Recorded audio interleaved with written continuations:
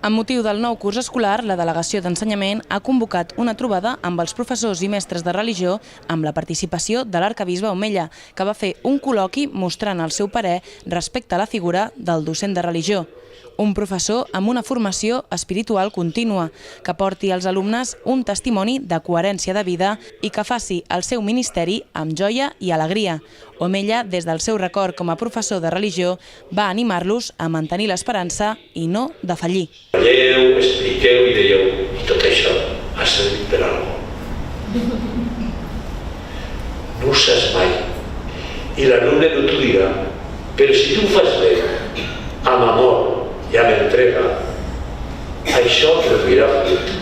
La reunió també va servir per marcar els objectius proposats d'aquest nou curs, com mantenir el suport de la delegació cap als professors, fomentar el nombre d'estudiants de religió, insistir en la formació espiritual de cada docent i actuar conjuntament amb el poder públic per tal de mantenir la posició. El que hem de mirar sobretot és d'assegurar que al màxim el desplegament de la llei, que no perdem hores, sinó que sempre mantinguem el que tenim i guanyem.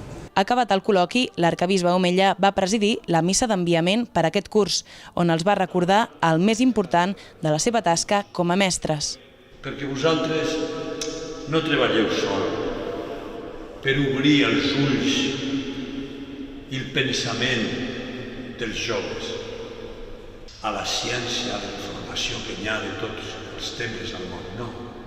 Vosaltres treballeu més a dintre. El vostre treball és obrir els ulls del cor d'aquests joves perquè puguen descobrir el rostre de Déu. L'arquebisbe va donar la benvinguda a les noves mestres que entren a la diòcesi amb un document amb la seva missió conforme es comprometen a ensenyar en consonància al magisteri de l'Església.